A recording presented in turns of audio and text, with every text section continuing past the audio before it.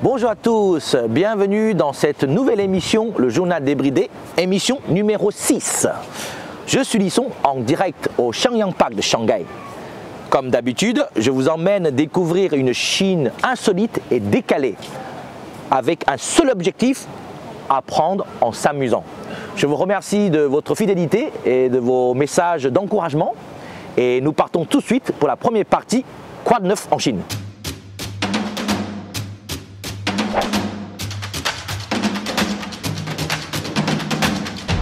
Ici à Shanghai, on a vécu un record de température, le plus haut depuis 20 ans.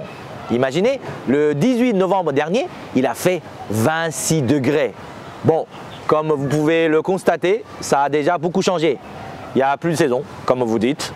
On a perdu 15 degrés en quelques jours. Ça me rappelle le temps brestois, mais on a de belles éclaircies et parfois même des arcs-en-ciel. Je ne sais pas pour vous en France, mais ici, c'est assez rare. Alors les gens prennent pas mal de photos. L'hiver s'installe un peu partout en Chine, avec des vagues de froid dans le nord du pays.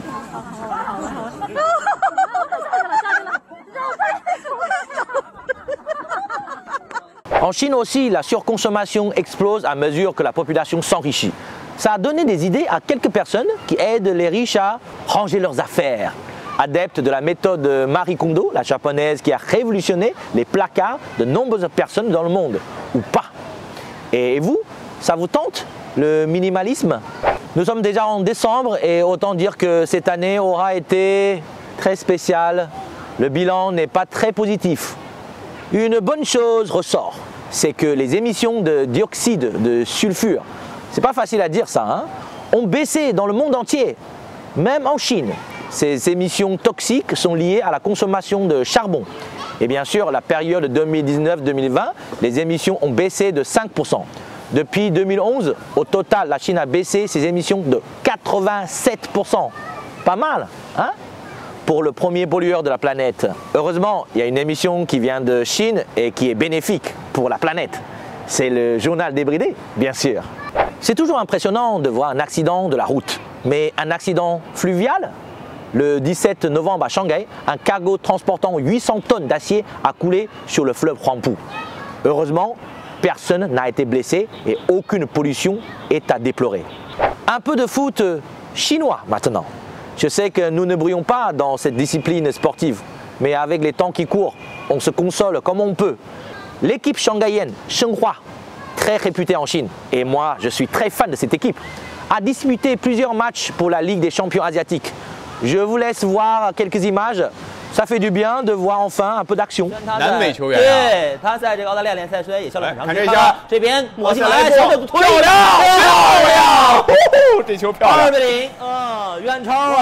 Les expatriés sont à l'honneur. Dans une vidéo partagée par CNN, on peut voir un diplomate britannique sauver une femme de la noyade dans le sud de la Chine. N'écoutant que son bon cœur et son courage, Stephen Ellison a sauté à l'eau pour aller secourir la femme qui avait glissé d'un rocher. Mais vous me direz, pourquoi lui et pas d'autres? C'est parce qu'en Chine, on n'a pas de notion de non-assistance à personne en danger, comme en France. C'est même plutôt l'inverse. Encore un record sur la Chine, et celui-là donne le vertige. Les fameuses montagnes d'Avatar dans le sud de la Chine sont ainsi nommées parce qu'elles ont servi d'inspiration pour le célèbre film du même nom. Quand vous voyez les pentes escarpées, vous imaginez, vous, que des gens veulent monter tout en haut? C'est quand même à 300 mètres d'altitude.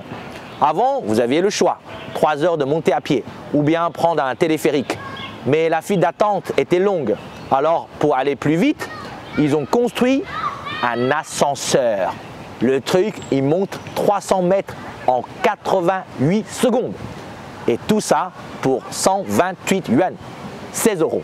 Ah, si le RER parisien pouvait être aussi rapide. La construction en Chine, c'est toujours plus fou. Si vous êtes fier de votre viaduc de Millau, attendez de voir le projet de chemin de fer à grande vitesse traversant la mer pour relier Fuzhou à Xiamen. Je sais pas vous, mais moi j'ai toujours pensé que eau et électricité, c'était pas une bonne idée. Mais les ingénieurs ont même inventé une machine spéciale de 1000 tonnes. Ils l'ont nommée Kunlun. Même si vous ne comprenez pas le chinois, Rien qu'à entendre, le nom vous donne une impression de puissance. Non? C'est une machine de 40 mètres de long, capable d'assembler un par un des blocs de pierre de plusieurs tonnes entre deux pylônes au-dessus du vide. J'ai hâte de voir les photos, mais j'aimerais quand même pas être en dessous. Cinéma à présent. Si vous me connaissez, vous savez que je suis un grand fan de cinéma et surtout de cinéma français. J'ai eu la chance de rencontrer de grandes actrices et acteurs français et c'est surtout un plaisir de les voir sur grand écran. Le panorama du cinéma français en Chine, organisé par Unifrance et soutenu par l'ambassade de France en Chine, est entré dans sa 17e année.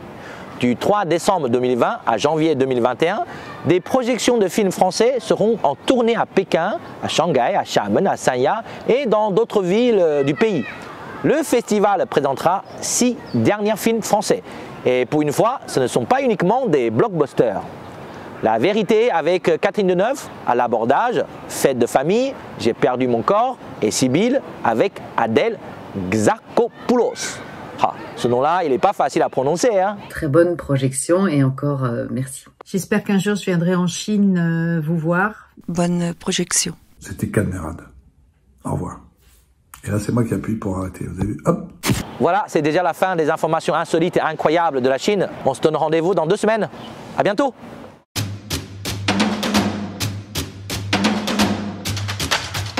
Il y a toutes sortes de célébrités sur Internet en Chine.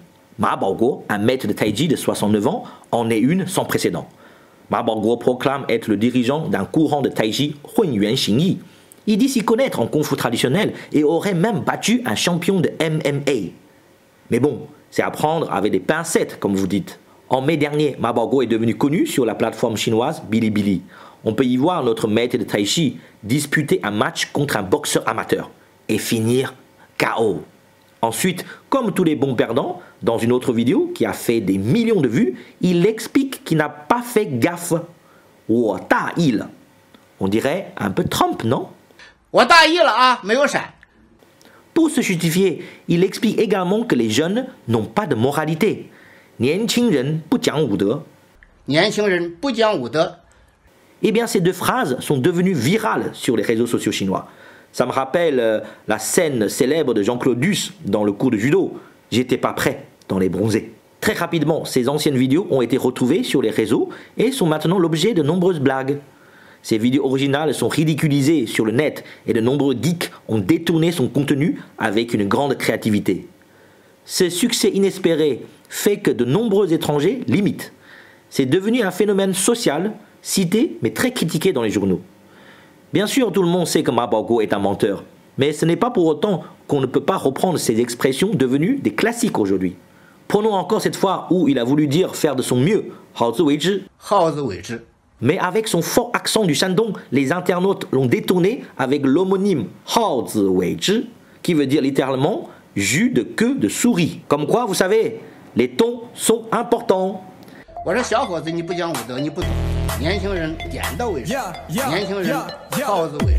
C'est devenu tellement culte que certains malins ont créé une boisson à son effigie. Ici, on a bien un vieil homme qui fait bien du taiji, mais sans une goutte d'honnêteté. C'est limite rafraîchissant. En Chine et partout dans le monde, il y a plein de mythomanes qui se proclament experts en arts martiaux comme Ma Baoguo, mais il est bien le seul qui a reçu une telle attention. C'est peut-être parce qu'il est tout le temps en train de mentir sans vergogne, sans se soucier du ridicule. Il a même déclaré son intention de faire du cinéma. Se cacherait-il en fait un peu de sagesse chinoise derrière ses allures de rigolo? Et oui, si le secret pour faire rire les autres, c'est d'abord de savoir rire de soi. Après tout, Paul Léoto ne disait-il pas déjà « on rit mal des autres quand on ne sait pas d'abord rire de soi-même ». On a tous besoin de rire en ces temps difficiles et Ma Baoguo nous régale avec sa mégalomanie. Quoi qu'il en soit, peu importe sa sincérité ou son absence de sincérité, c'est tout de même un beau spectacle qui remet les arts martiaux traditionnels au goût du jour sur les réseaux sociaux chinois.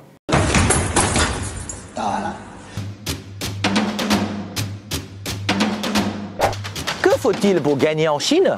De l'argent, des relations, de la ruse? Aujourd'hui, dans Sur le bout de la langue, je vous propose de décomposer le caractère gagner en chinois.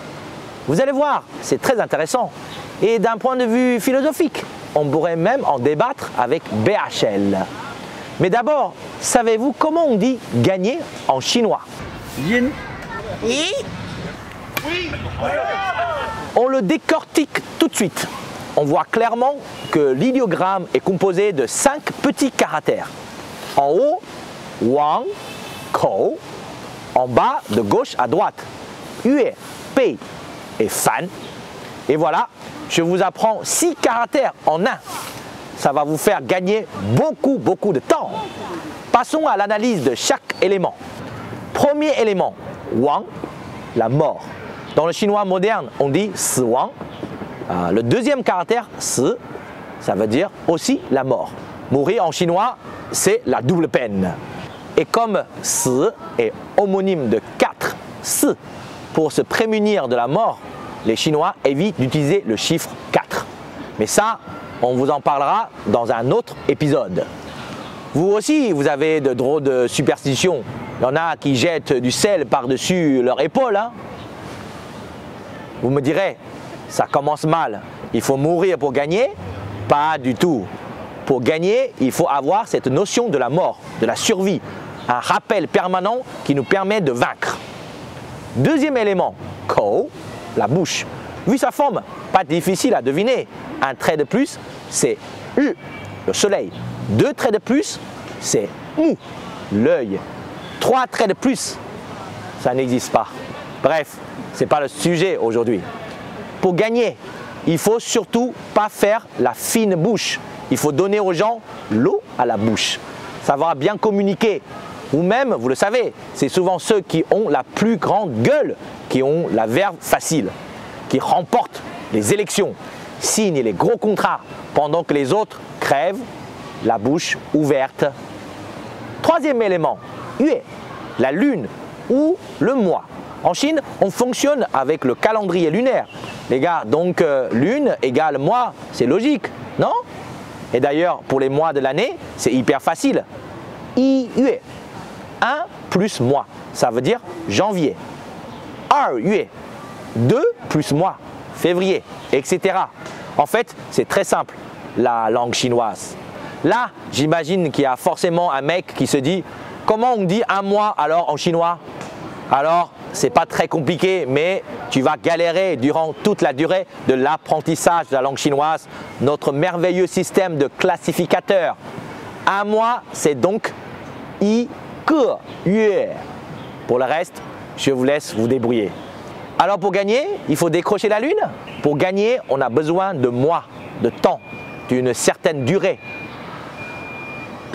Quatrième élément, Pei, le coquillage, aussi appelé Kori, qui servait de monnaie dans l'Antiquité. On retrouve ce caractère dans le mot Pao Pei, trésor, mais aussi chéri, parce que ça ressemble à baby, bébé. Vous voyez, le chinois, c'est facile. Pour gagner, on s'en tape le coquillage. On a besoin de Kori, d'argent, de thunes, de sous, de flouses, de blé, d'oseille, de caillasse, de fric. Vous les Français, vous n'aimez pas parler du pognon, mais vous en avez du vocabulaire pour ne pas mentionner le grisby. Cinquième élément, Fan, le monde humain ou l'ordinaire. C'est la notion la plus complexe par rapport à son rôle dans ce caractère. On dirait plutôt que c'est un état d'esprit. Pour gagner, il faut avoir un esprit zen, un côté ordinaire. Les interprétations que je viens de vous donner sont assez connues dans le monde des affaires en Chine. Du coup, c'est important de les connaître si vous faites ou vous voulez faire du business avec la Chine. Évidemment, dans la vie quotidienne, les Chinois ne vont pas philosopher de cette manière sur le sens du mot yin. Néanmoins, c'est assez amusant de retrouver tous ces éléments dans un seul caractère. Pour résumer, en Chine, pour gagner, il faut avoir la conscience de l'échec, la mort, une bonne méthode de communication, de la patience, le temps, des moyens financiers ou quelques notions du confucianisme et du taoïsme. Ça paraît simple, non? Vous en pensez quoi? Ça vous parle? Vous pensez avoir une attitude gagnante après ça? En tout cas, j'espère vous avoir fait gagner du temps pour vous aider à mémoriser ce caractère un peu compliqué. Car, comme on dit chez vous, le temps, c'est de l'argent. À très bientôt mes amis pour de nouvelles explications ludiques sur la langue chinoise.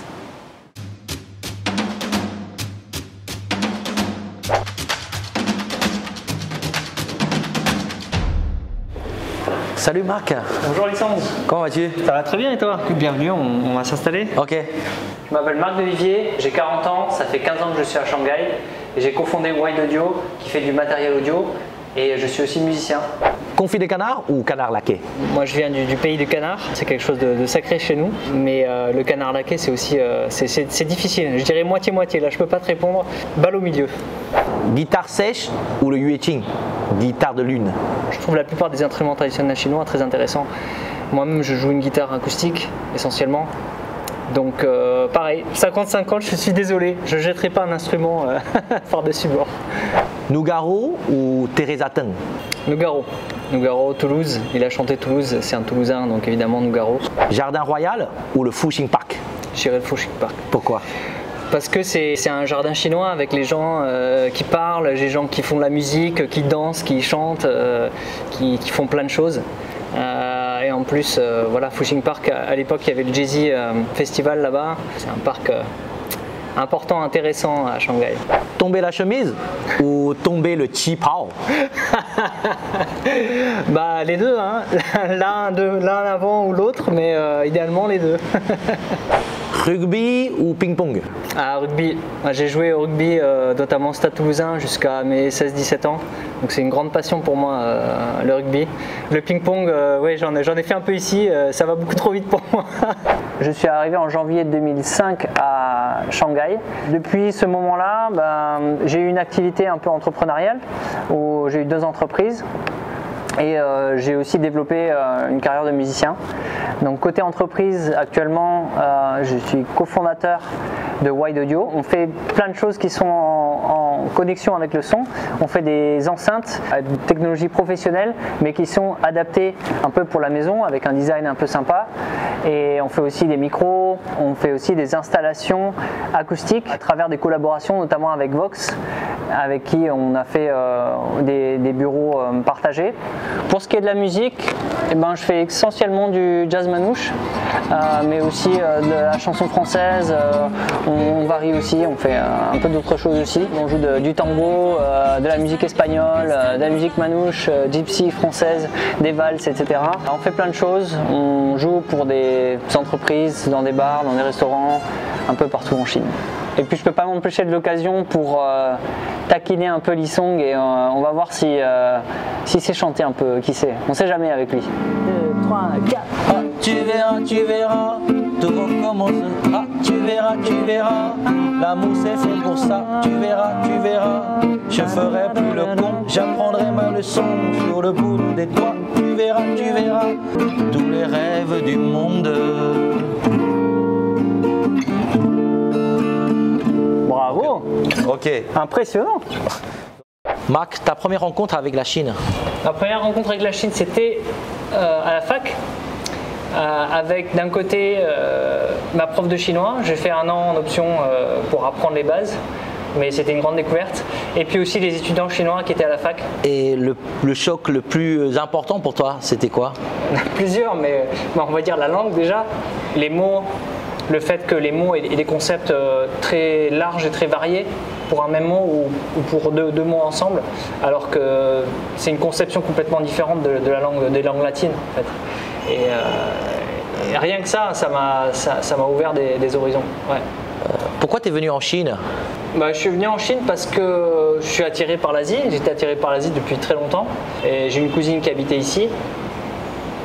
J'ai sauté le pas juste pour voir, pour rester quelques mois, et ça fait 15 ans que je suis là. Et qu'est-ce qui t'a plu? Déjà, les Chinois. Les Chinois m'ont plu, la façon de voir la vie, la façon de voir les choses, qui est complètement décalée par rapport à la nôtre, donc c'est une richesse énorme. Le côté un peu d'un pays qui se développe, donc avec du coup plein de choses qui se passent tout le temps. Ça m'a plu énormément aussi. Comment tu as eu l'idée de créer cette boîte? Je voulais vraiment faire quelque chose en lien avec la musique, parce que je fais de la musique depuis toujours, mais en concert depuis que je suis arrivé ici, grâce à des amis que j'ai rencontrés, etc. Et donc je me suis dit, la musique c'est mon truc. Et donc c'est comme ça que j'ai eu l'idée, et aussi le fait de connaître un peu un Einstein du matériel de son. qui nous a vraiment inspiré. Et moi et les copains autour de moi, on disait ah, c'est des super enceintes, on voudrait avoir la même chose, est-ce que tu peux nous aider? C'est pas de fil en aiguille, en fait on en est venu là. Puisque tu as vécu 15 ans ici, qu'est-ce que tu as observé en termes de changement? À Shanghai en tout cas, quand je suis arrivé, il y avait vraiment, notamment dans les bars et dans les restaurants, c'était soit chinois, soit étrangers. Et je pense que les Chinois se sentaient pas bien quand ils rentraient dans un lieu et qu'il n'y avait que des étrangers. Ils se sentaient pas forcément très bien et il n'y avait pas cette communication aussi facile qu'il y a eu après dans les années. Donc ça a bien évolué et c'est bien parce que maintenant on voit vraiment maintenant on est mélangé, c'est bon, il n'y a aucun souci. Est-ce qu'il y a une expression chinoise que tu aimes particulièrement? Kuai ma jia bian. Kuai ma jia bian. Kuai ma jia bian. Ça veut dire quoi? Ça veut dire aller plus vite quoi. Aller plus vite. Donc la traduction littérale c'est c'est accélérer, ma c'est le cheval et jia bian ça veut dire c'est fouetter en fait. Ouais. C'est juste une expression comme ça, il y en a plein, c'est pas une expression très profonde mais c'est une expression amusante quoi. Qu'est-ce que tu aimes le plus en Chine et qu'est-ce que tu n'aimes pas du tout ici? Qu'est-ce que j'aime le plus? Je pense que c'est le contact direct avec les gens et on peut se faire des blagues, même quand on est sur son scooter au stop, on peut engager la conversation avec quelqu'un et faire une blague. On tend la perche et tout de suite il y a de l'humour qui peut s'instaurer. Et ça c'est super. C'est un peu aussi mon côté latin et c'est le côté latin à la chinoise. Ça c'est sympa. Le truc que j'aime le moins, c'est peut-être la version chinoise de la pression. Il y a une pression. Il y a une pression assez lourde en fait sur chacun en fait, parce qu'on est obligé de prendre soin de ses parents, prendre soin de ses enfants. Il faut toujours faire plus, toujours faire mieux. La scène la plus touchante pour toi que tu as déjà vue en Chine? C'est des scènes de famille, je pense, parce que la famille ici c'est presque la valeur qui passe devant tout. L'autre jour, j'étais avec ma copine autour d'un stade et il y avait un petit enfant avec le père et le grand-père et qui dansaient tous les trois. En fait, ils voulaient faire jouer et ils dansaient tous les trois et on voyait vraiment ces trois générations qui étaient liées en fait. Et surtout quand on sait qu'en 3 générations il s'est passé tellement de choses en Chine, c'est toujours étonnant de voir un temps qui est matérialisé comme ça et un rapport qui est très proche en fait, qui est très proche et en même temps loin parce qu'il y a des choses tellement différentes qui sont vécues entre les générations. Merci beaucoup. Je t'en prie, c'était un plaisir de te recevoir. On a bien chanté, non? Ah bon, on a très bien chanté, j'espère que c'est la première d'une longue série. Oui, moi aussi. Alors comment on peut te contacter? wideaudio.com. D'accord. Tu auras tous les contacts là-dessus. Ok, super. Voilà. Allez, à plus. À très bientôt. Merci. 好像花儿开在春风里，在春风里。